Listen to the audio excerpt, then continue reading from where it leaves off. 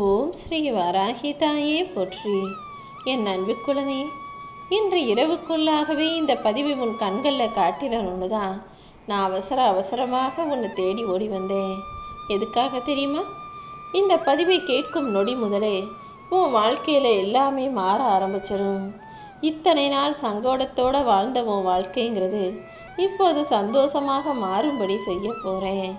அது மட்டும் இல்லாமல் அதிர்ஷ்டமும் உன்னை தேடி உன் வீட்டு வாசலுக்கே நாளைக்கு வந்து சேரும்படி செய்வதற்காக தான் இன்று இரவோடு இரவாகவே அதற்கான வேலைகளையெல்லாம் முடிக்கும் விதமாக இந்த வராகியம்மா இதை கேட்க சொன்னேன். உன் வாழ்க்கையில் இப்போது எதுக்காக நீ கலக்கத்தோடும் கவலையோடும் இருக்கிறாய்ன்னு நான் தெரிஞ்சுக்கலாமா? இந்த சமூகத்தில் உன் சொந்தக்காரவங்களும் உன்னை சுற்றி இருக்கிறவங்களும் ஏதோ ஒரு வகையில் உன் மனசை காயப்படுத்திக்கிட்டு தான் இருப்பாங்க. அதுக்காக நீ கவலைப்பட்டா மட்டும் எல்லாமே சரியாகி விடுமா என்ன? கலங்குவதற்கும் கவலைப்படுவதற்கும் பதிலாக இதுக்கெல்லாம் என் வராகி அம்மா உங்களுக்கு பதில் கொடுப்பாங்கன்னு உன் மனசை காயப்படுத்தினவர்களையும் அவர்கள் செய்த செயலையும் ஏன் பொறுப்பில் விட்டுடு. அப்புறம் எதுக்காக நீ வருத்தப்பட நேரும்? எதுவாக இருந்தாலும் என் மடியில் வந்து சாஞ்சுக்கோ. இந்த வராகி அம்மா ஒரு தாயாக இருந்து உன்னை மடியில் சாய வைத்து தடவி கொடுத்து அள்ளி அரவணைச்சு உன் மனசில் இருக்க காயங்களையெல்லாம் மாறும்படி செய்து மனசார உனக்கு மன மகிழ்ச்சியையும் கிடைக்க செய்வேன். ஒரு தாயாக இருக்கக்கூடிய நான் என் பிள்ளையாகி நீ கஷ்டப்படும்போது அதை வேடிக்கை பார்த்துக்கிட்டு சும்மா இருப்பேன்னு நினச்சியா என்ன? நிச்சயமாக இருக்க மாட்டேன். நீ சந்தோஷப்படும்படியாக சகலத்தையும் மாற்றி அமைப்பதற்காக தான் இப்போது இந்த இரவு பொழுதிலேயே உன்னை கேட்க சொன்னேன். நீ என்னதான் எல்லாருக்கும் நல்லது செஞ்சு எல்லாரையும் நல்லா பார்த்துக்கிட்டாலும் உனக்கு நல்லது செய்யவும் நல்லது நினைக்கவும் இந்த உலகத்தில் ஒருத்தர் கூட இல்லை. ஆனால் அதுக்காக நீ கவலைப்பட வேணாம்.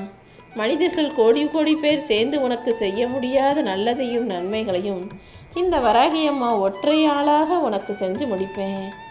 அதனால் யார் உன்னை பற்றி என்ன விமர்சனம் சொன்னாலும் எதையும் காதில் வாங்கிக்காம உன் மனசில் ஏற்றிக்காம அதை அப்படியே விட்டுடு.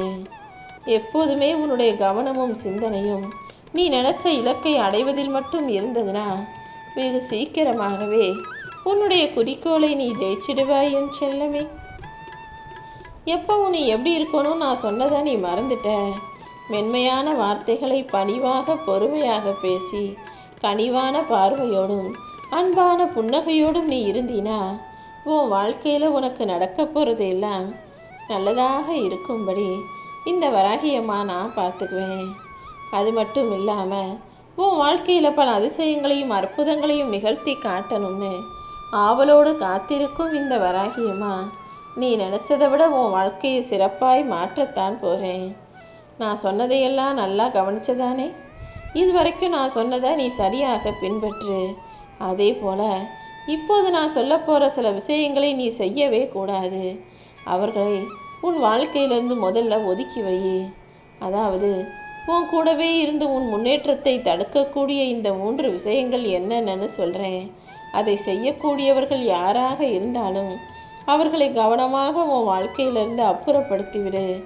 அதாவது உன் கூடவே இருந்து உன்கிட்ட நல்லா பேசிக்கிட்டே உனக்கு நம்பிக்கை துரோகம் செய்யும் மனிதர்களையும் நீ அவங்கக்கிட்ட பேசவே இல்லை, தூரமாகவே இருந்தாலும் எப்போ பார்த்தாலும் உன்னையே திட்டிக்கிட்டும் குறை சொல்லிக்கிட்டும் உன்னை பற்றி புறம் பேசிக்கிட்டும் இருக்கும் உன்னுடைய சொந்தக்காரர்களையும் இடம் பொருள் ஏவல் தெரியாமல் மனசில் பட்டதையெல்லாம் உன் வாய் பேசிக்கிட்டே இருக்கே, அந்த வாயையும் கொஞ்சம் தூரமாக வைக்க பழகு.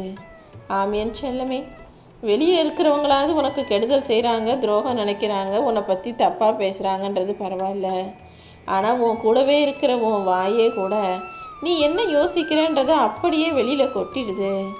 எதையுமே நினைக்கிறது எல்லாத்தையும் எல்லா இடங்கள்லையும் பேசக்கூடாதுன்னு நான் உனக்கு சொன்னதை மறந்துட்டியா? உன் வார்த்தை உன் வாய்களாக இருக்கலாம், ஆனால் அதை கேட்குறவங்க மற்றவங்களுடைய காதுகள் என்பதை மறந்துடாம எந்த சூழ்நிலையிலும் மனசில் பட்டதை அப்படியே பேசி அடுத்தவங்க மனசில் வேதனையை கொடுத்துடாம ரொம்ப யோசித்து கவனமாக நிதானமாக வார்த்தைகளை வடிகட்டி பேச கற்றுக்கோ. இதை மட்டும் நீ கவனமாக செஞ்சிட்டினா உன் வாழ்க்கை நிச்சயமாக சிறக்கும். உன் முன்னேற்றத்தையும் நீ வாழ்க்கையில் ஜெயிக்கிறதையும் கூட யாராலுமே தடுக்க முடியாது என் செல்லமே.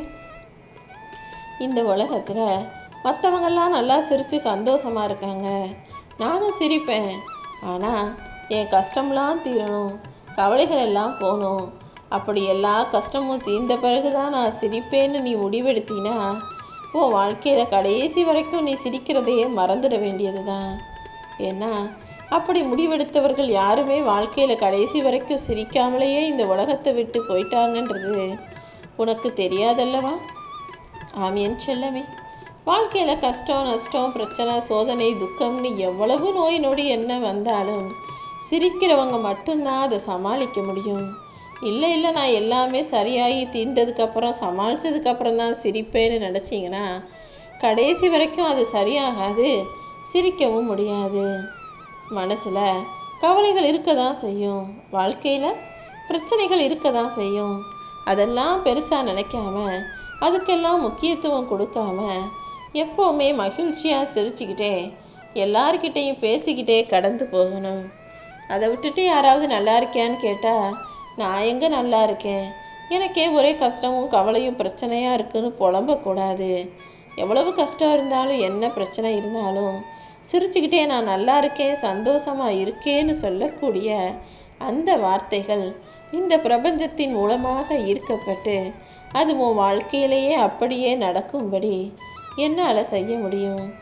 எப்போவுமே உன்னுடைய பேச்சும் உன்னுடைய குரலும் கருணைக்காக மட்டுமே, கருணையோடு மட்டுமே இருக்கணுமே தவிர பேச்சும் குரலும் ஆணவத்தோட அகங்காரத்தோட கத்தி பேசுவதாக இருக்கக்கூடாது. யாராவது கஷ்டப்பட்டாங்கன்னா ஐயோ பாவம்னு இறக்கப்படுவதற்கு தான் உன் வாய்கள் பேசணுமே தவிர அடுத்தவனை திட்டுறதுக்கும் அடுத்தவங்க வீட்டு கதையை புரணி பேசுவதற்கும் உன் வாய்கள் இருக்கக்கூடாது. கைகளின் மூலமாக நீ தான தர்மம் செய்யணும், புண்ணியம் செய்யணுமே தவிர அடுத்தவனை கெடுப்பதற்கான வேலைகளை செய்யக்கூடாது.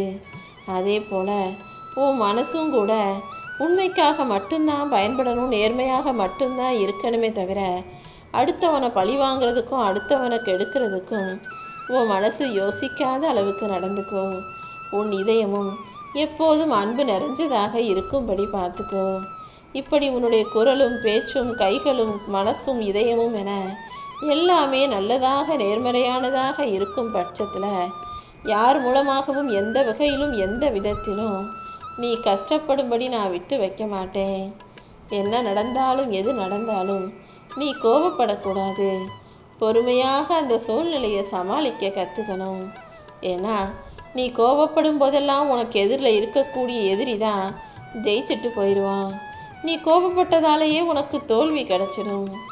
கோபம் என்பதே ஒரு முட்டாள்தனமான விஷயம்தான். அது முட்டாள்தனத்தில் ஆரம்பித்து கடைசியில் ஐயோ கோபப்பட்டு கத்திட்டோமேனு வருத்தத்தில் தான் முடிஞ்சு போகும். அதனால் கோபம் வரும்போதெல்லாம் நீ தன்னிலை மறந்து விடுகிறாய், உன்னை பற்றி நீ யோசிக்க மறந்துடுற, தப்பு செஞ்சிடுறங்கிறத புரிஞ்சுக்கிட்டு இனிமே கோபமாகவே இருக்கவே கூடாது, கோபப்படவே கூடாதுன்ற ஒரு உறுதியாக தீர்மானமாக உன் வாழ்க்கையில் நீ எடுத்துடு என் செல்லமே. கோபம் வரும்போதெல்லாம் ஐயோ நம்ம கோபப்படக்கூடாது, நம்ம இதை அடக்கணுன்ற அந்த எண்ணமும் அந்த உந்துதலும் அந்த உறுதியும் உன் மனசுக்குள்ளே வந்துருச்சுன்னா கோபத்தின் வேகம் பாதியாக குறைஞ்சு போயிடும். கோபம் வரும்போதெல்லாம் நீ அமைதியாக பேசாமல் வாயை கட்டுப்படுத்திட்டீன்னா அது உன்னை எதுவும் செய்யாமலேயே உன்னை விட்டு விலகி போயிடும். அது மட்டும் இல்லாமல் உனக்கு பிடிச்சவங்களையும் உன்னை நேசிக்கவர்களையும் கூட உனக்கு எதிரியாக மாற்றக்கூடிய இந்த கோபத்தை நீ மறந்துவிடு என் செல்லமே. கோபம் எந்த வகையிலும் யாருக்குமே நன்மையை தரப்போகிற விஷயம் கிடையாதுன்றதை புரிஞ்சுக்கிட்டு நன்மை அல்லாத விஷயங்களை உன் வாழ்க்கையில் நீ அனுமதிக்க கூடாதுன்னு புரிஞ்சுக்கிட்டு அதை தூக்கி எறிஞ்சிடு. இந்த வராகி அம்மாவின் கரத்தை பற்றிய உன்னை நான் ஒருபோதும் கைவிட மாட்டேன். எப்போது நீ என்னை முதலாக கையெடுத்து கும்பிட்டு வணங்க ஆரம்பிச்சியோ அப்போதிலிருந்தே உன் வாழ்க்கையை மாற்றி உனக்கான வெற்றியை கொடுத்து உன்னை ஜெயிக்க வச்சு சந்தோஷமாக வாழ வைக்கணும்னு நான் முடிவெடுத்துட்டேன். இப்போது நீ கடைப்பிடிக்கக்கூடிய சொத்துக்களாகிய நேர்மையும் உண்மையும் ஒருபோதும் மாறக்கூடாது. எந்த காலத்திலும் நீ மாறாமல் உண்மையா நேர்மையா சரியான வாழ்க்கையை வாழக்கூடிய பிள்ளையாக இருக்கணும் என் செல்லமே. உண்மையும் நேர்மையும் அதற்குரிய பரிசை உடனே உனக்கு கொடுக்காது.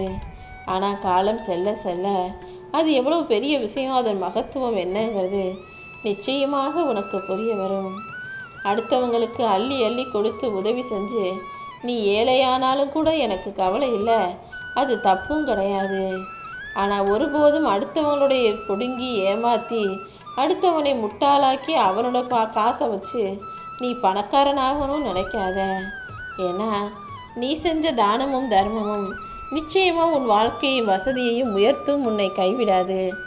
ஆனால் நீ செஞ்ச தவறும் பாவமும் ஒருபோதும் உன்னை சும்மாவும் விடாது. அதனால தான் அடுத்தவனை ஏமாத்தாமல் ஓ சொந்த காசில் அடுத்தவங்களுக்கு உதவி செஞ்சு நல்லதையே செய்யக்கூடிய நல்ல பிள்ளையாக நீ இருக்கணும்னு சொல்கிறேன். உனக்கு துன்பம் வருவதற்கு இந்த வராகி அம்மா ஒருபோதும் அனுமதிக்க மாட்டேன். உன் மனசில் இருக்கக்கூடிய கவலைகளையும் கஷ்டங்களையும் விடுவித்து உன்னை பாதுகாத்து உனக்கான நல்லதையெல்லாம் செய்வதற்கு தயாராக நான் உன் கூடவே இருக்கும்போது நீ கவலைப்பட வேண்டாம் என்று சொல்லவே. நீ எப்பவுமே மகிழ்ச்சியாக இருக்கணும். உனக்கு எப்படிப்பட்ட சூழ்நிலை வந்தாலும் எந்த காலத்திலும் நீ பொய் மட்டும் பேசாதே. ஏன்னா ஒரு பொய் சொல்லிட்டீன்னா அந்த பொய்யை நிஜமாக பத்திரமா பாதுகாக்கணுமேங்கிறதுக்காக, அந்த பொய்யின் மூலமாக நீ மாட்டிக்க கூடாதுன்றதுக்காக, அந்த பொய்யை உண்மையாக்குவதற்காக அடுத்தடுத்து நீ 1000 பொய் சொல்ல வேண்டி வரும். அதனால் எப்பவுமே ஒரு விஷயத்தில் பொய் சொல்ல வேண்டி வந்தாலும் முடிஞ்ச அளவுக்கு அதை தவிர்த்து விடு. தவிர்க்க முடியாத சூழ்நிலையாகவே இருந்தாலும் கூட நீ உண்மையை மட்டும் பேசணுமே தவிர பொய் பேச துணியாதே. எப்போதும் எல்லாருக்கும் நீ உண்மையாக நடந்துக்கிட்டினா அந்த உண்மை ஏதாவது ஒரு சூழல்ல எல்லா பிரச்சனைகளிலிருந்தும் நிச்சயமாக உன்னை காப்பாற்றும். பொய்யுங்கிறது அப்போதைக்கு மட்டும்தான் உன்னை காப்பாற்றி அடுத்தடுத்து பல பிரச்சனைகளில் உன்னை சிக்க வைக்கும். ஆனால் உண்மை உன் வாழ்க்கை சிறப்பதற்கு உனக்கு உதவி செய்யுங்கிறத புரிஞ்சுக்கிட்டு எப்போதும் எவ்விடத்திலும் எல்லா சூழ்நிலைகளிலும் உண்மையை பேசக்கூடிய ஆளாக நீ இருக்கணும். உன் வாழ்க்கையில் காசு பணம் சம்பாதிக்கணும்னு நீ ஆசைப்படுறது சரிதான். அதுக்காக எத்தனை காலம் நீ ஏங்கி நின்றாலும் ஒருபோதும் செல்வம் உன்னிடம் வந்து சேராது. ஏன்னா காசு பணம் சம்பாதிக்கணும், செல்வமிக்க வசதியான வாழ்க்கையை வாழணும்னா அதுக்காக நீ கஷ்டப்பட்டு உழைக்கணும். புத்திசாலித்தனத்தையும் திறமையையும் பயன்படுத்தி சரியான விஷயங்களை சிறப்பாக செய்ய முயற்சி செய்யணும். உழைத்தால் மட்டும்தான் செல்வம் உன்னை தேடி வரும். இன்னையிலிருந்து உடனே உன்னுடைய உழைப்பை துவங்கு. எல்லா விதத்திலும் முயற்சியை அயராமல் விடாமுயற்சியோடு செய்யும்போது நிச்சயமாக உனக்கு வெற்றி கிடைக்கும்.